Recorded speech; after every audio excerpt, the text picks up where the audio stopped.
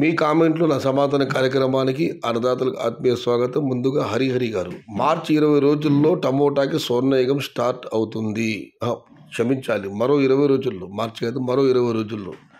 ఇవాళ జూన్ 6, మళ్ళీ 26 స్వర్ణయుగం వజ్రోత్సవాలు ఇల్లే. ఈ సంవత్సరం అంతా చాలా దారుణమైన పరిస్థితి. 20 రోజుల్లో స్వర్ణయుగం అయితే ధరలు పెరిగే అవకాశం ఉందని అందరి అంచనాలు. టీవీఎస్ బాబు కానివ్వండి, మనోజ్ గోజుల కానివ్వండి, వ్యాపారస్తులు కానీ, అంగన్వాడీలు చాలామంది మండి ప్లస్ వ్యాపారస్తులు అందరూ కూడా అంటున్నారు ధరలు పెరుగుతాయని చెప్పి. దాని గురించి అందరూ వెయిటింగ్. జై బాబన్న, జై జై బాబన్న. వెంకటరామరెడ్డి ఎంఎస్. ఏమైంది మొలకల చెరువుకి? మొలకల చెరువు మార్కెట్లో ఇవాళ క్వాలిటీలు లేవు. నిన్న టాప్ అండ్ టాప్ 400 పెడితే ఈరోజు 330కి పరిమితం అయ్యింది. 100 రూపాయల నుంచి కాయలు ఉన్నాయి. మొత్తం మీద అక్కడ క్వాలిటీలు లేవన్నది మాత్రం సమాచారం. దాంతోపాటు బయట అమ్మకాలు కూడా లేవు. అనంతపురం కాదు, అంగళ్ళు. మధ్యాహ్నం ఎంఆర్ మండి వేలంపాటలు ఉన్నాను, కాయలు కొంటూ ఉన్నాను. వీడియో తొందరగా అప్లోడ్ చేయాలని అదుర్తాలో అది ఊరి పేరు మారింది. ఏదేమైనా అనంతపురం తలుచుకున్నాను. చూద్దాం ఏం జరుగుతుందో. This is Angallu market. G N Sudarshan garu. Yes, I no.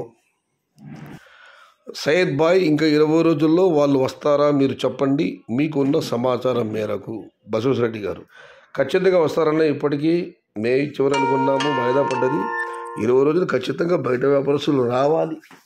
వాళ్ళు వస్తేనే ఇందాక వరదాలు చెప్పినట్లు టమోటాలకు స్వర్ణయుగం. బాక్స్ 22 కేజీలు 630. మనోహర్ 30 పెట్టారు అన్న. 30 కేజీల బాక్సులు ఎక్కడా లేవన్నా. ఇది అనవసరమైన ఒక అపోహ మాత్రమే. గతంలో క్రేటి మీద క్రేటి పెట్టేవాళ్ళు 26, 27 కేజీలే. ఇప్పుడు 11 క్రేట్లు పెట్టారు కాబట్టి 25, 26 అంతకుమించి రావు. 30 కేజీలు అన్నది ఒక అపోహ, ఒక నానుడైపోయింది. ఇక కుమార్ గారు, అన్న జాక్పాట్ 108 బాక్సులు పెడుతున్నారు కానీ కోలాల్లో జాక్పాట్ లేదు కదా అన్న, ఎందుకు జాక్పాట్ లేదంటే? కోలాలో టమాటాలు మొత్తం క్లీన్ అయ్యి అక్కడ పెడతారు. ఏ టమాటా వేరే పోతాయి, ఫస్ట్ క్వాలిటీ, సెకండ్, థర్డ్ పొడి అని. కానీ ఇక్కడ అలా కాదు కదా. తొలి 2-3 కోతలు బాగానే ఉంటాయి, 4-5 కోతల నుంచి అన్ని కలిసి మిక్స్ చేసి పెడతారు. అందుకే జాక్పాట్లు. ఇక శివకుమార్ గారు, ఏం టైం అన్నా మాది. మావి తోటలోనే వదిలేసాం, కాయలు చెట్లలోనే కుళ్ళిపోయినాయి.